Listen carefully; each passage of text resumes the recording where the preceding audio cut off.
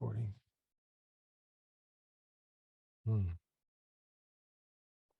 Today, I wanted to go back to the numerical discourses, the Anguttara Nikāya. I just need to adjust the camera so it doesn't have glare as best as...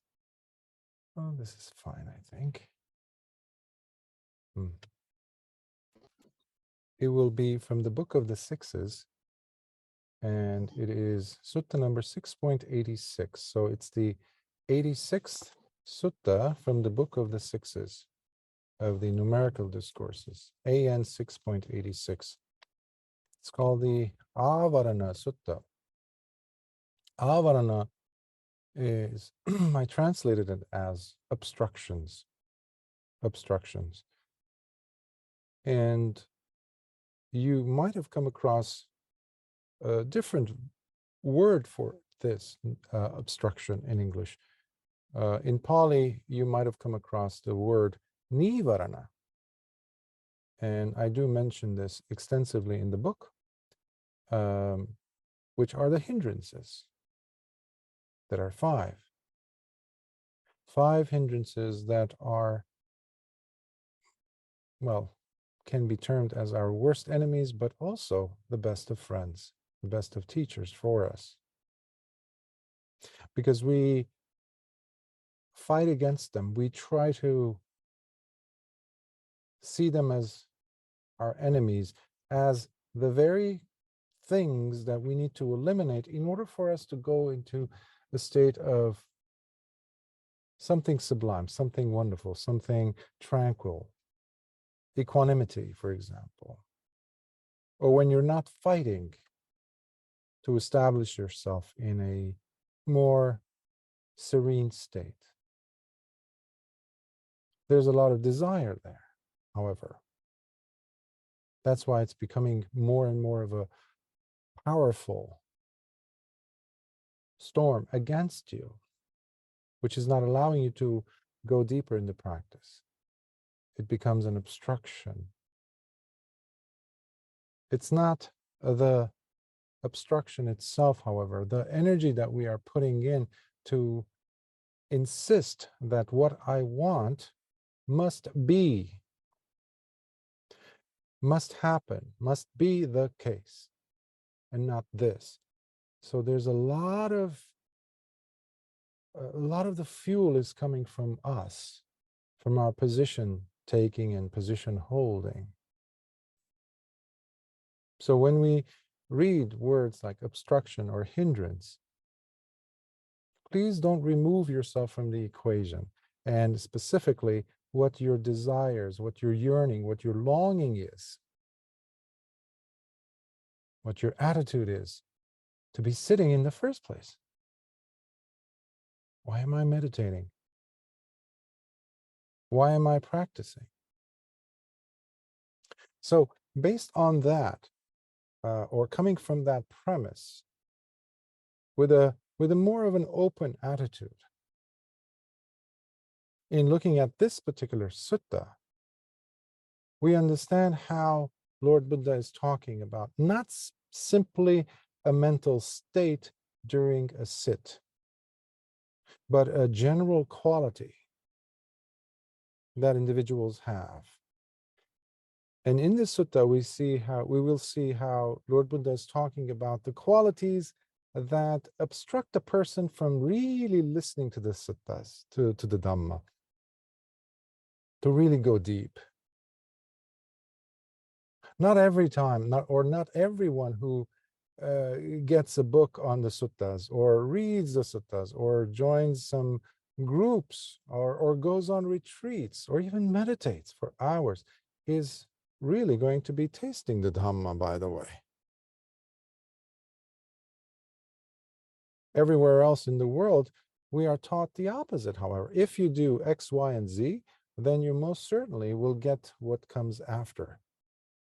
In this sutta, we're going to see how Lord Buddha is saying not necessarily. There are obstructions that need to be overcome by the person. And that cannot happen unless there is honesty and truthful approach in what you are bringing to the practice. So let's, with all those things in mind, let us delve into the sutta. So this is the Anguttara Nikāya, 6.86. Āvaraṇa Sutta. Bhikkhus, when someone has these 6 qualities, even if one were to listen to the true Dhamma, they would still be incapable of entering the correct path, where one's wholesome qualities blossom and thrive.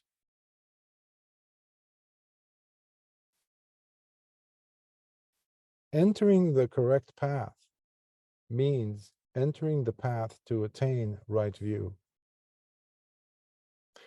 A person who says they have right view, or a person, let's say, actually more apt would be to say, a person who considers themselves a noble disciple, but doesn't have right view, it just doesn't work.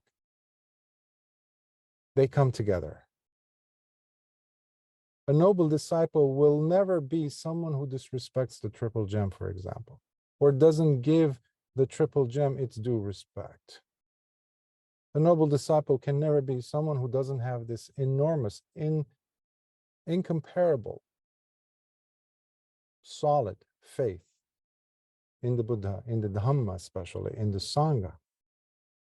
I say especially because there have been individuals who say they are noble disciples, meaning on either one of the 8 levels of awakening. Yet they go ahead and speak of or about other paths being equal to the Dhamma. That can never happen. That means that this person does not have right view, plain and simple.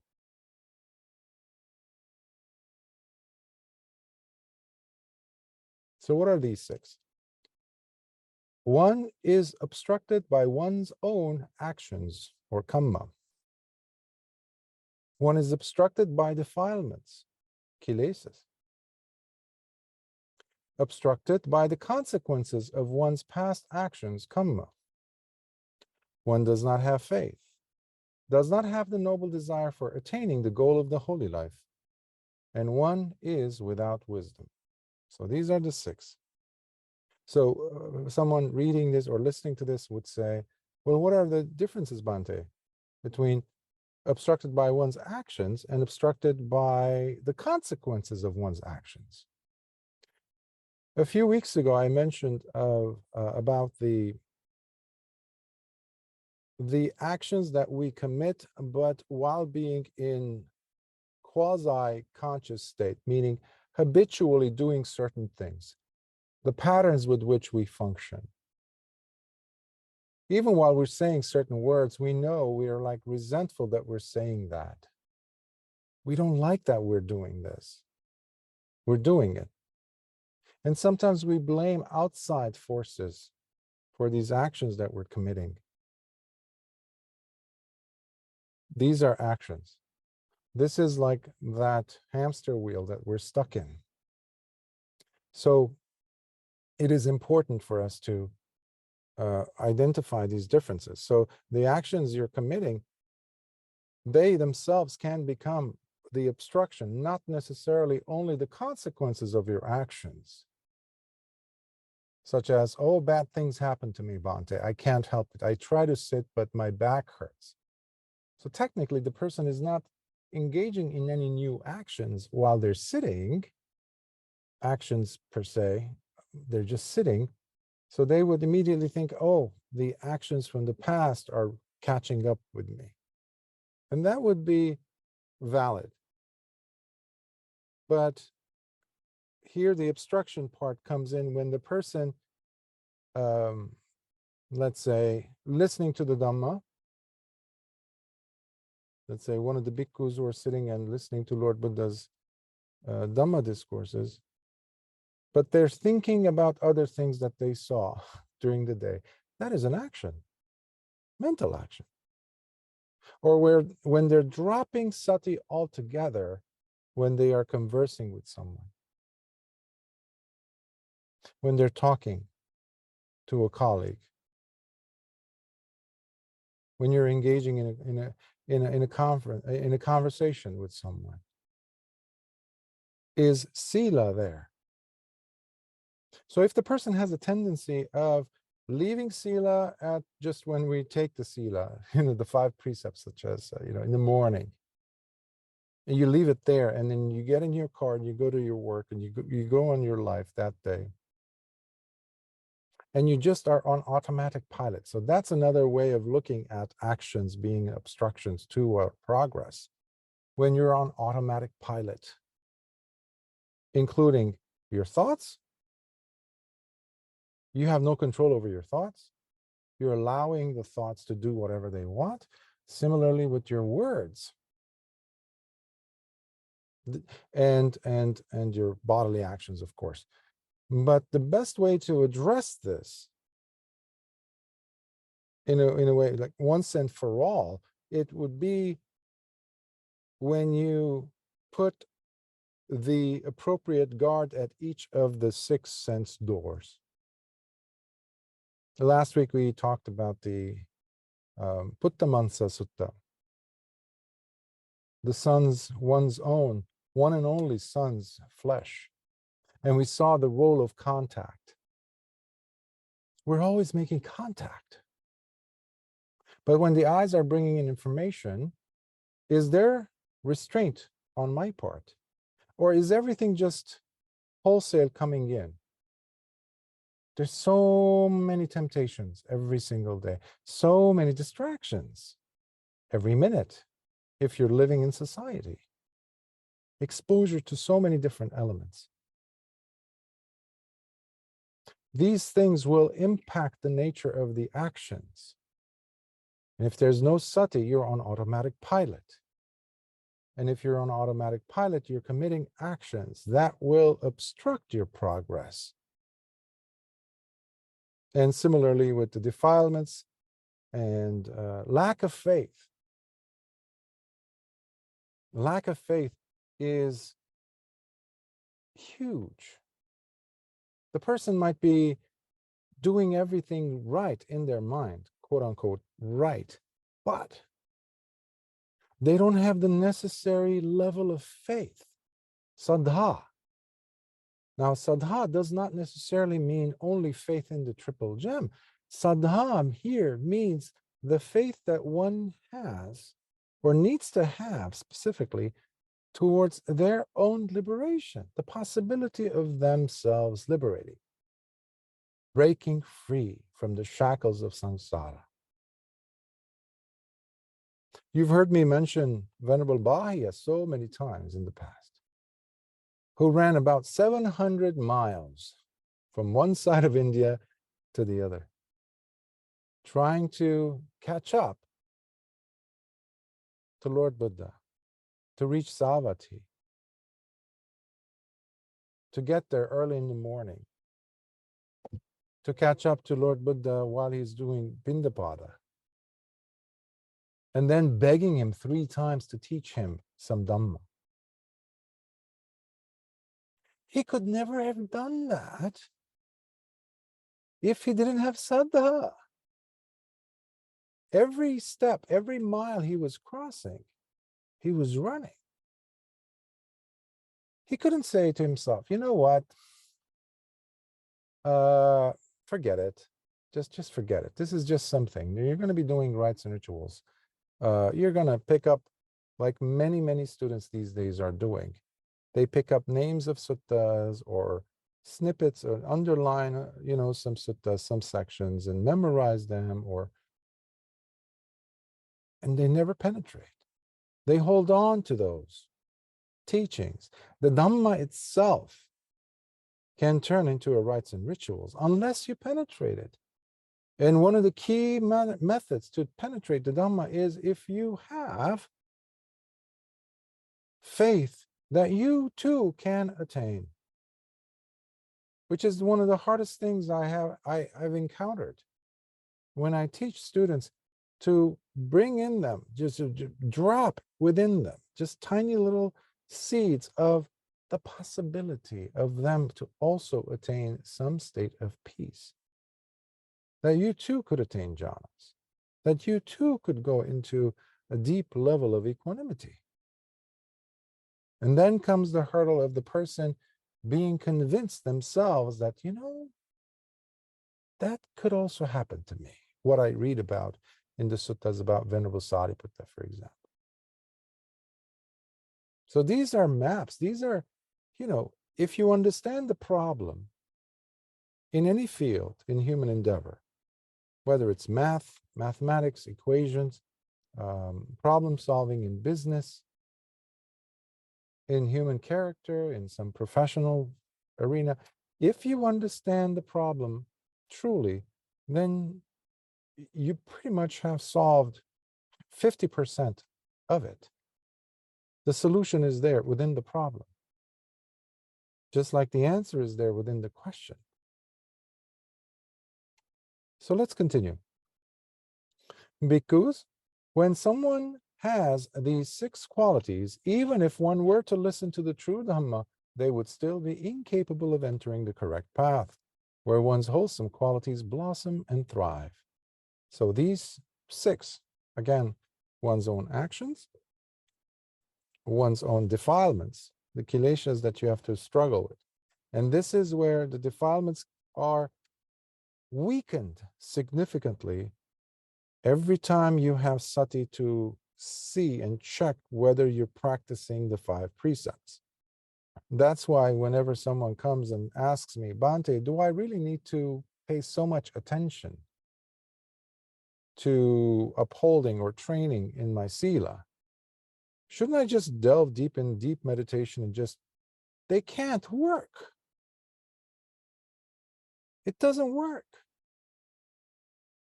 And it's not going to be through the power of prayer or something or wishful thinking that the kileshas from one day to the next are going to disappear. Your precept keeping, undertaking the training of it will help you to break free from the kileshas. Otherwise, they've been with you for beginningless time, and they're going to continue staying with you for the endless time. Precepts are the keys here to protect you.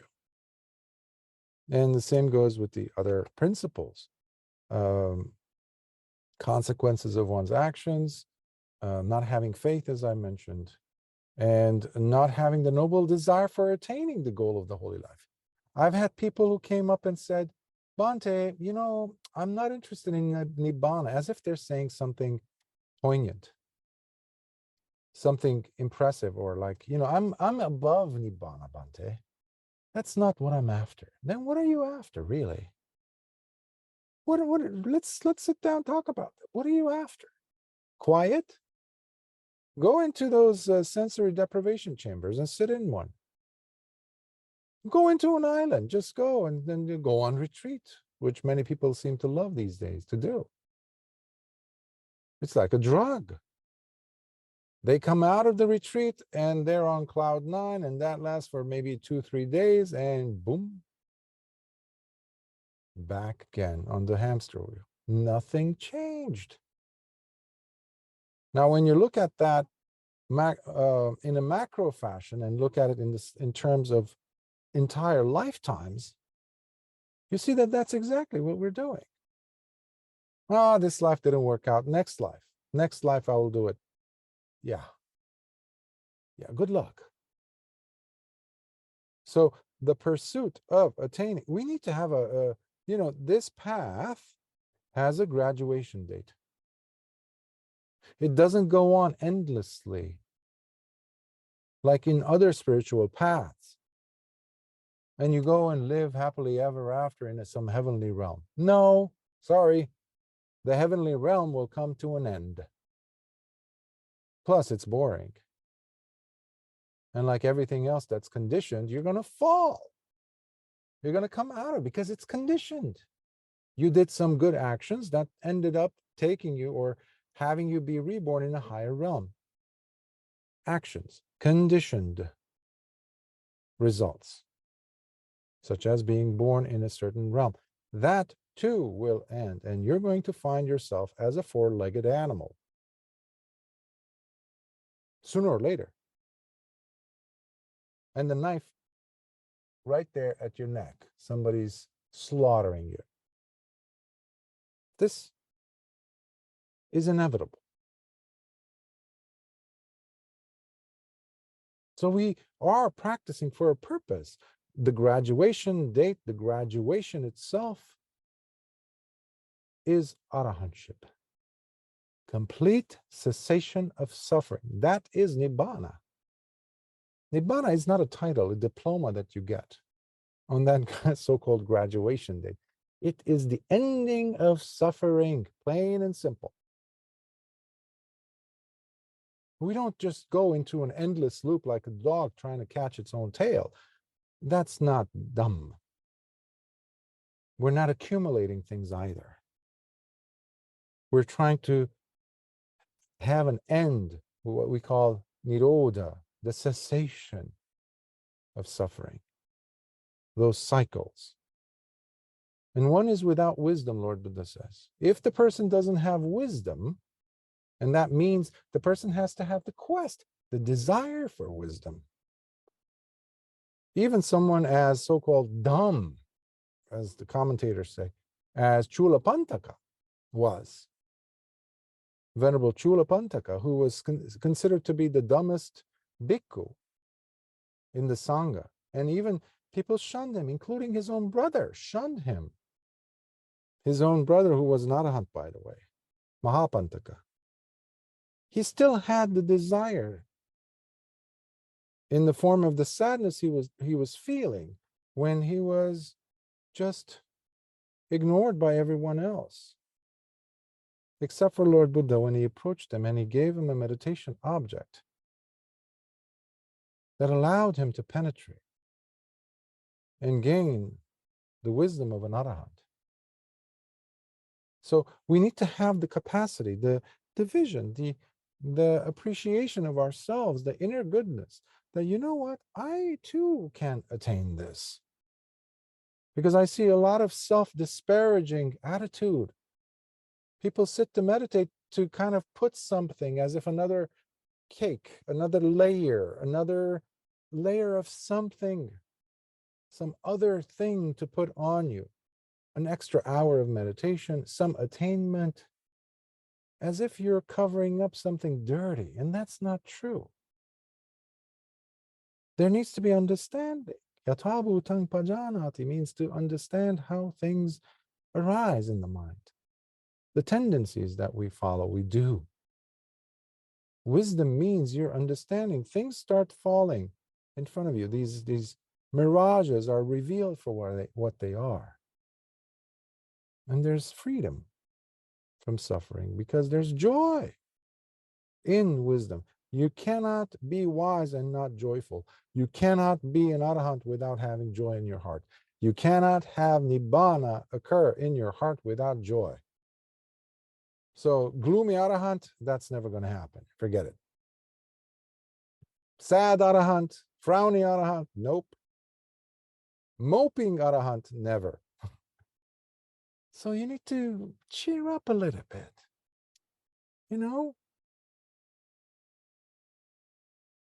And then in this sutta and the one to come, the follow-up right after, and several others like this, Lord Buddha gives you the what's the problem area, like someone having these 6 qualities, obstructions. Then Lord Buddha, always being the excellent teacher he was, would give you the remedy, which are the opposite of these 6 qualities. So let's see. Bhikkhus, when someone has these 6 qualities, even by listening to the true Dhamma, they would be capable of entering the correct path where one's wholesome qualities blossom and thrive, even by listening. So many teachers in the past have said, no, you cannot attain Dhamma, you cannot attain higher states of nobility, like as I was mentioning, culmination of which is Arahantship, by simply listening. That's not true. When you listen or when you read the suttas, it's all over the place. So many people attained freedom cessation of suffering while listening to the Dhamma. But you're not just using your ears to listen or your intellect to say, yes, that's true, I agree with that. Okay, check. No. You're completely making yourself available to it.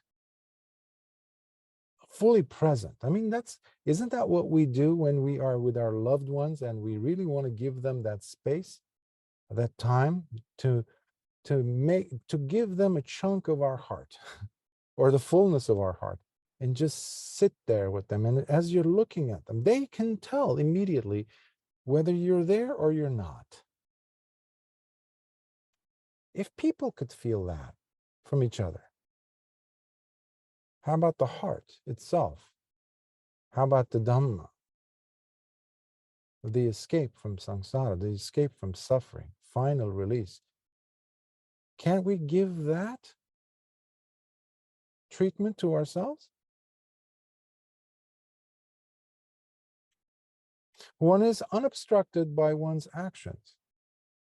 So your actions are no longer serving as obstructions to attaining the true Dhamma. Unobstructed by defilements, your kilesas in the heart. Unobstructed by the consequences of one's past actions, kamma. So that is not always going to be the case with everyone. Sometimes you will be meditating or practicing without extra baggage to deal with, extra discomfort. Let's say every time you want to sit and meditate, your back hurts, your spine hurts, you have neck ache or terrible headache, some physical manifestation of a past action's consequence. So not everyone will be free from such things. Sometimes it will happen to some of us, but the others are in our control. And the more you maintain living life with sila, the less of those physical manifestations of past actions, vipakas, the fruits of past actions will manifest, by the way. But the other ones we have control of, such as one has faith. One has the noble desire for attaining the goal of the holy life. That is completely self-generated. No one can, they can inspire you, of course, but you must maintain that, water that, care for that, bring that, encourage that within you. And one is wise. And remember, one of the quickest ways to attain wisdom is if you spend time with individuals that are wiser than you. And if you can't find actual human beings to be surrounding yourself with, such individuals, wise individuals, there's plenty of them in the suttas.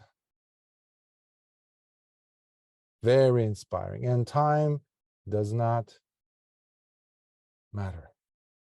Space does not matter. They're beyond time and space. Venerable Sariputta moves me, even by the name, Sariputta. And I'm not the only one who feels like that. So many of you feel that. Maybe it might be one venerable, or it might be another venerable. Or instances. That's why I'm a big fan of sharing as many stories as I can from the Sasana's life, earliest part of the Buddha's life, or the Lord Buddha's 45 years. So many occurrences have happened. Inspiring. So they too can, but then you need to allow yourself, open yourself, make yourself available to the changes that will occur as you're exposing yourself to these stories, to these personalities. Instead of saying, that's not possible. That worked in Madhya Pradesh, in the middle country in India 2,600 years ago. Try going and finding that in India today. So I've been to India. That doesn't, see, all that is the left brain trying to come up with excuses while the heart remains closed, shut, and the mind as well. So we need to break the shell. As the chick comes out, it comes out with its own help. The mom, the chicken, the hen does not poke at the egg. The chick has to do it from the inside. It has to peck, use its head, its claws, its beak especially, to crack that eggshell open. That's our job. Bhikkhus, when someone has these 6 qualities, even by listening to the true Dhamma, they would be capable of entering the correct path, where one's wholesome qualities blossom and thrive. So let us jump to the next one. Yes. This one is again from the Book of the Sixes. It's only a few suttas further down.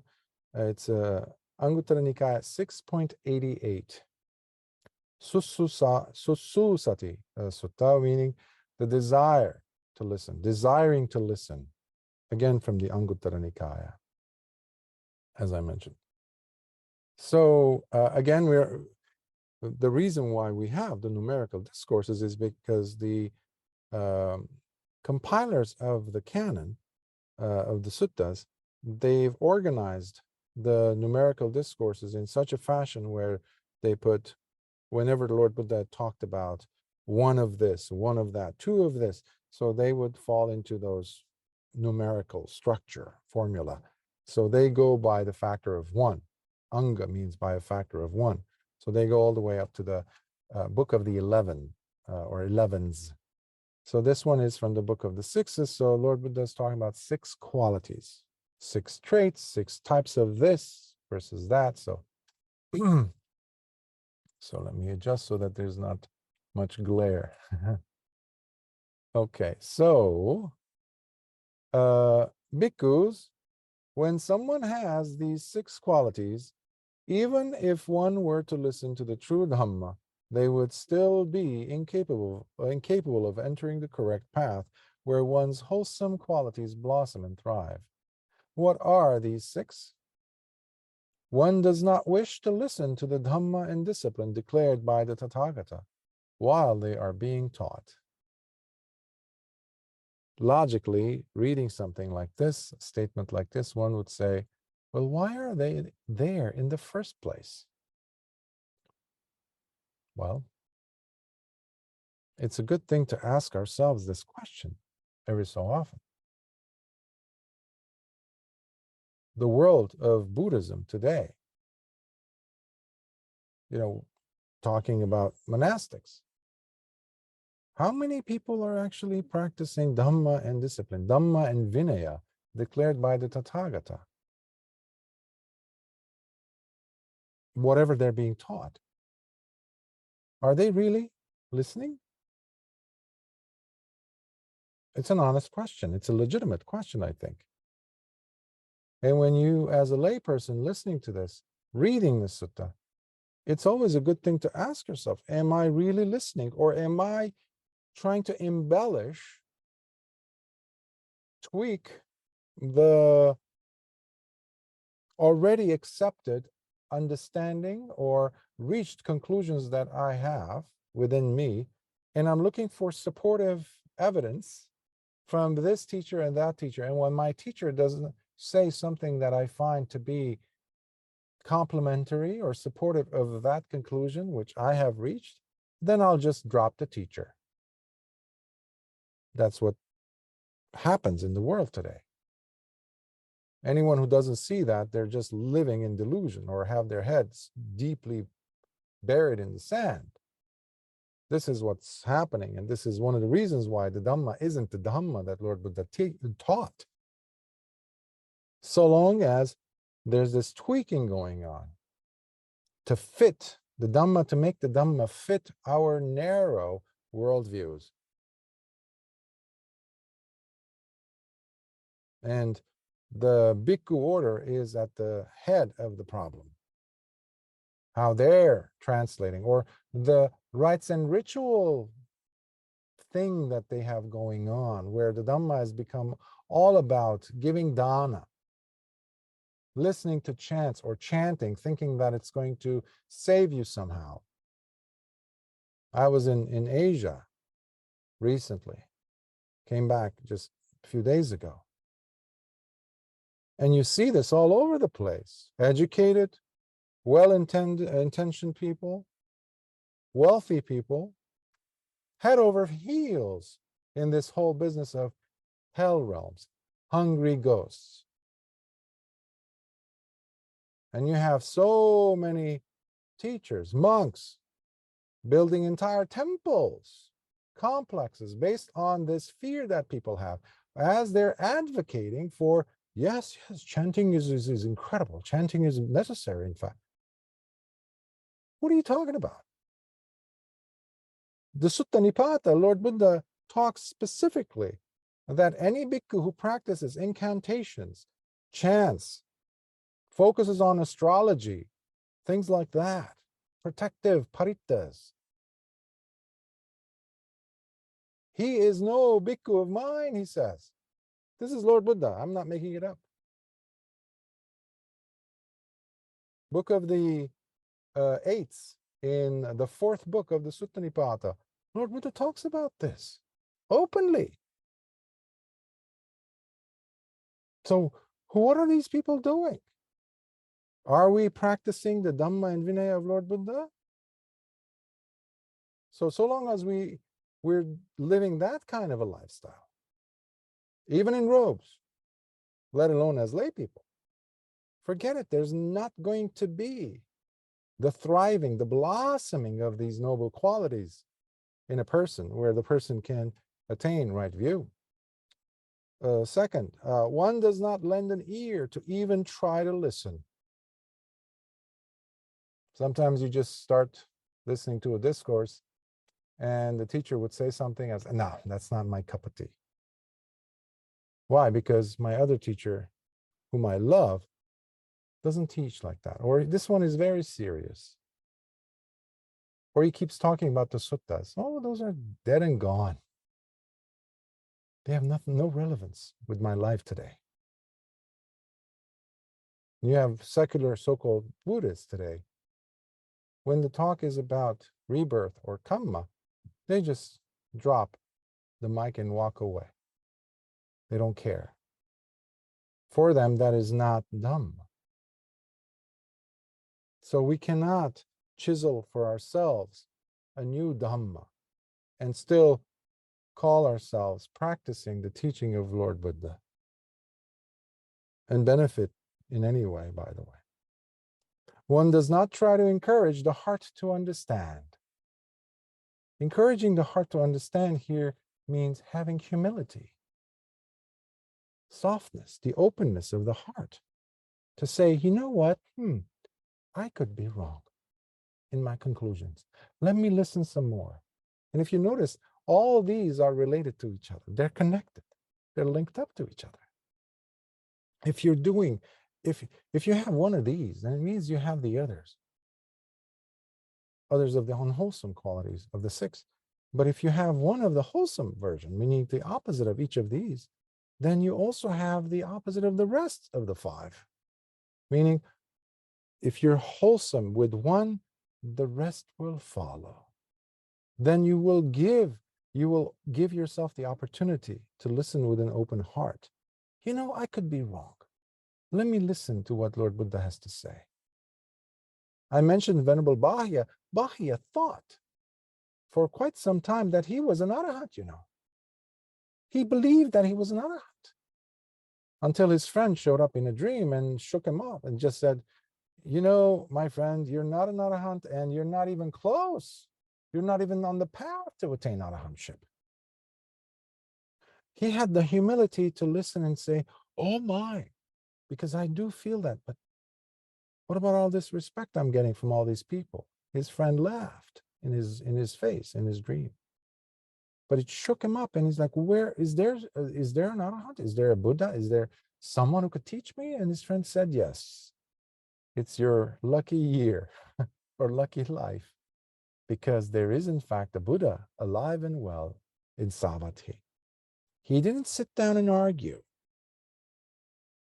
He didn't even do pros and cons, I would say, lists of pros and cons. He just dropped everything and started running in the direction of the Buddha.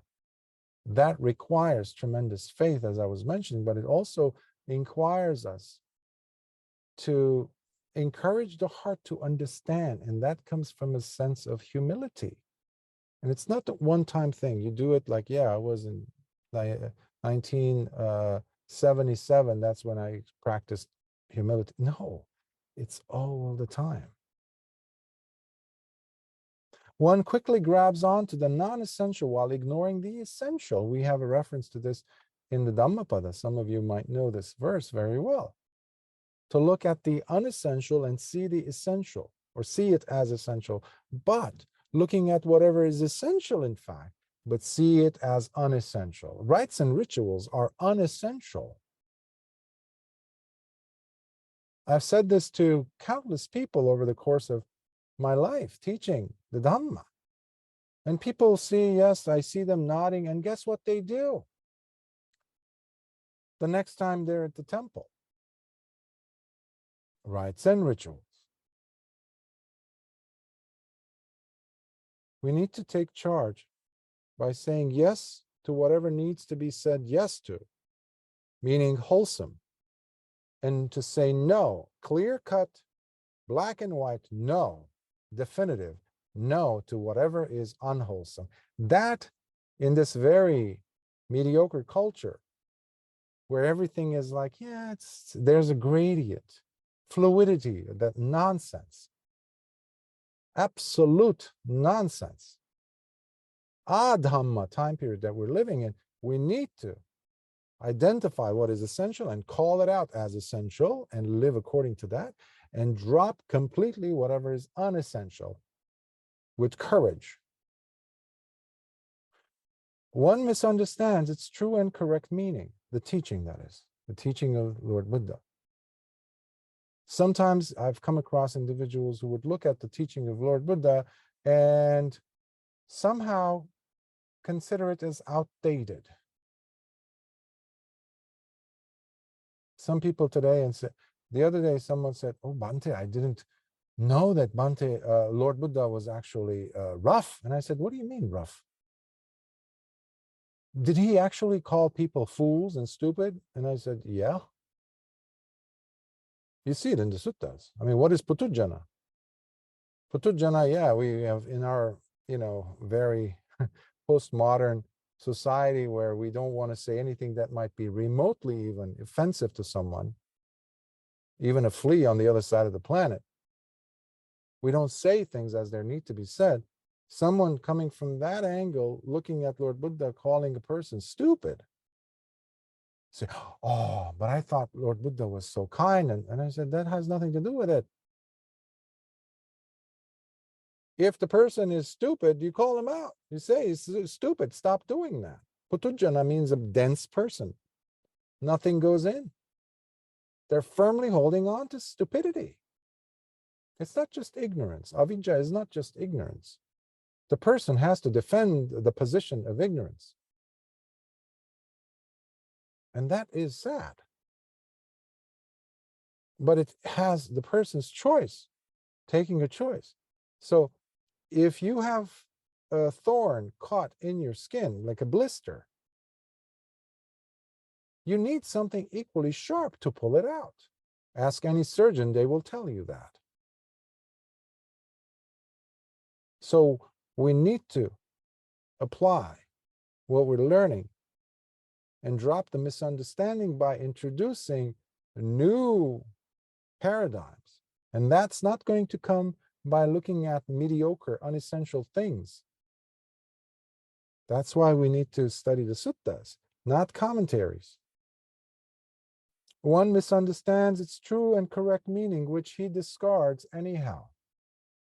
So the person is discarding whatever is of value. It's like a person who looks for diamonds in a trash can, or where they break and, where a glass factory is.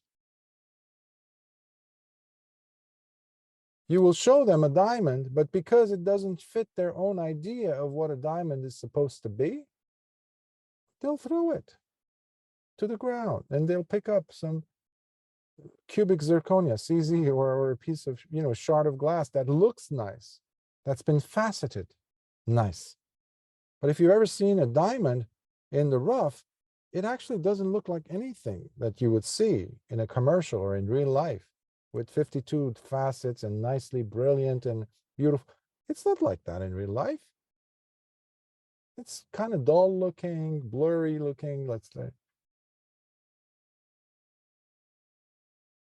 One tweaks the Dhamma being taught in order to make it fit the narrative of his own wrong views that he has collected from here and there. And that is what we have today.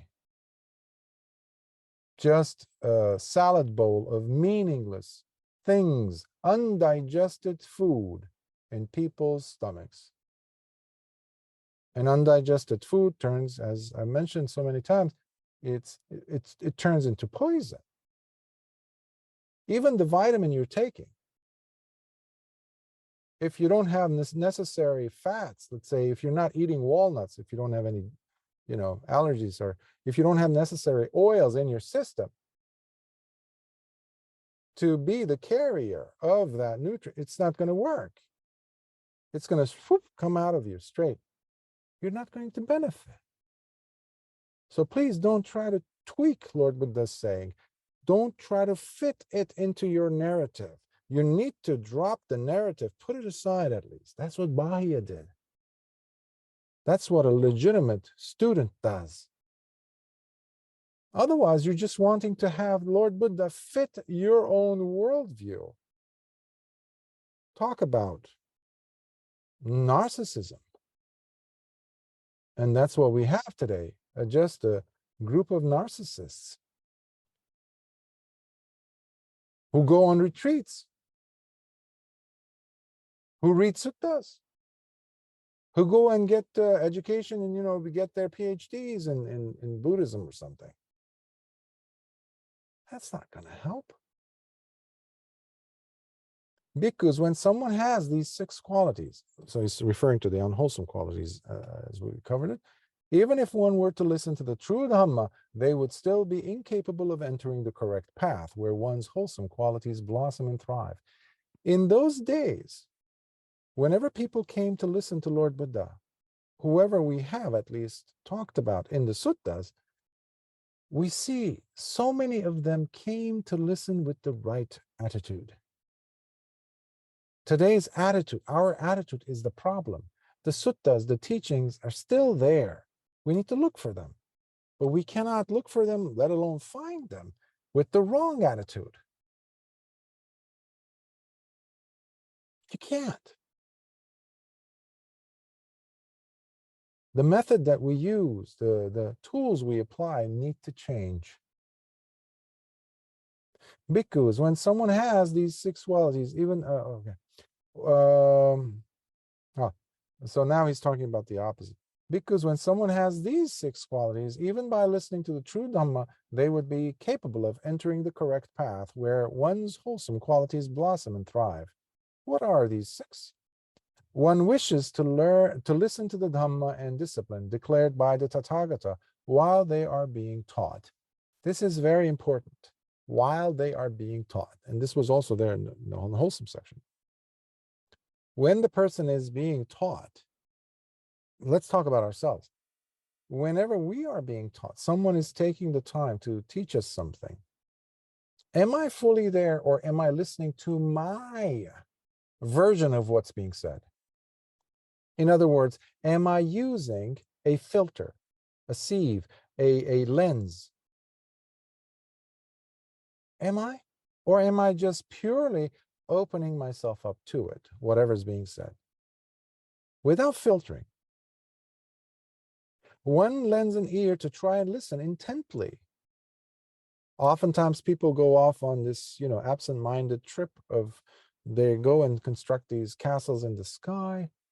Manjana take place, all these imaginings, papanchas start to rule the mind, these mental proliferations, this constant conceptualization. And the person is not there to listen what's being said to them. One continues to encourage the heart to understand. You're always opening and you're humble. There's humility. One quickly grabs onto the essential while ignoring the non-essential. You're always like eager. It's like a hound dog. You're waiting. You're waiting. You don't want to miss anything. And that's another thing which I often, especially because we have recording devices now in Dhamma talks. I remember in the old days, I was taking notes whenever I would listen to a Dhamma talk, either live or a recording. And then I would stop and just, what did he say? What did Bhante say? I missed it.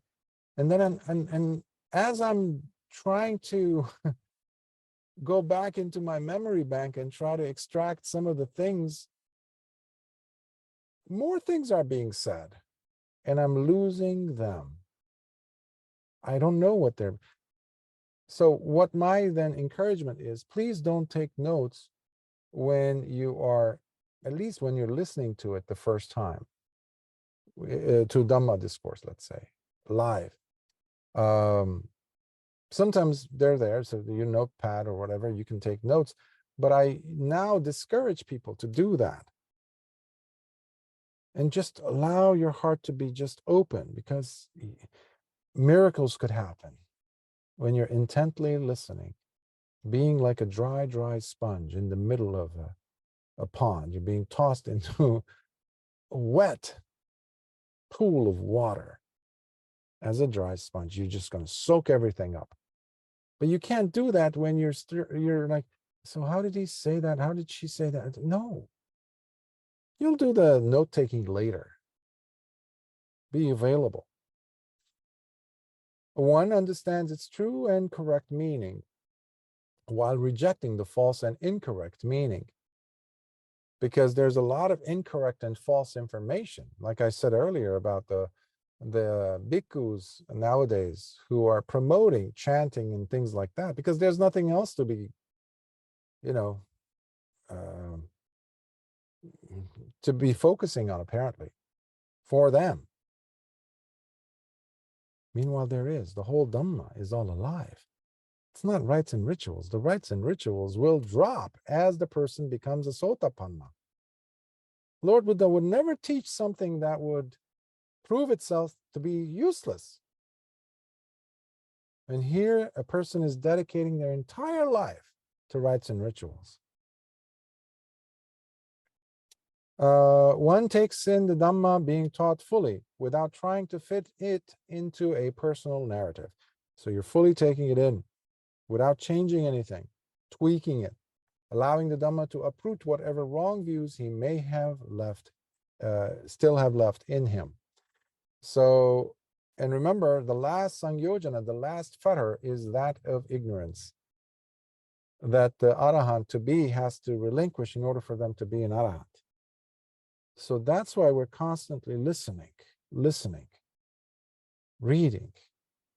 Even after becoming arahants, individuals like the chief disciples, like Venerable Sariputta, he didn't say, okay, thank you, I'm done, I'm out, I don't need to listen to suttas anymore, to discourse. There's a wealth, there's a joy. Yes, you have become an arahant, but imagine the beauty that they were still feeling, experiencing every time they listened.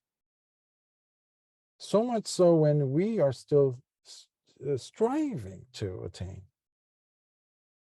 So we must start to find those jewels, those moments of joy when we hear. And that is only going to come when you relinquish some of your preconceived notions about what it is that you're listening to or reading. Bhikkhus, when someone has these 6 qualities, even by listening to the true Dhamma, they would be capable of entering the correct path, where one's wholesome qualities blossom and thrive. Sadhu, sadhu, sadhu. This is, as I mentioned, it's an unusual setting for, but the Dhamma is everywhere. So if we have the hearts and the minds and the ability, the capacity and interest, curiosity to listen to it with open hearts. So I would like to see if there's any questions that I may answer, try to.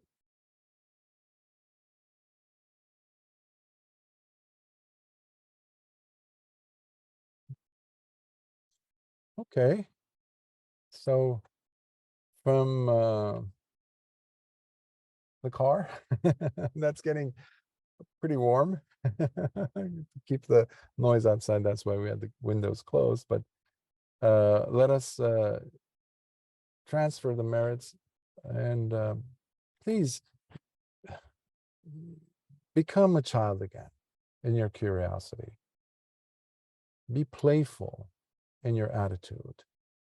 Let's not be so rigid and jaded. That's why Lord Buddha's even body was so soft. The Arahant's body is soft. It's not rigid. Their movements are beautiful. It's fluid-like. That I would be okay with, the fluidity part that I was saying. So let us transfer some merits. Akasatha ca bhumata deva naga mahiddhika punyantang anumoditva chirang rakhantu lokasasanam. Akasatha ca bhumata deva naga mahiddhika punyantang anumoditva chirang rakhantu desanam. Akasatha ca bhumata deva naga mahiddhika punyantang anumoditva chirang rakhantu mam paranti. Sadhu, sadhu, sadhu. May you all be well, and may the light of Dhamma in your life continue shining. May it blaze all the discomfort, all the defilements out of your life. And until next time, may the Triple Gems blessings be upon you and all your loved ones. Try to listen to the sutta again and read it. It's already up on the website, mindrelease.com. So read it again and again. See if you could find yourself there somehow. In any of the two categories. Till next time, be well. Sukhi Hot.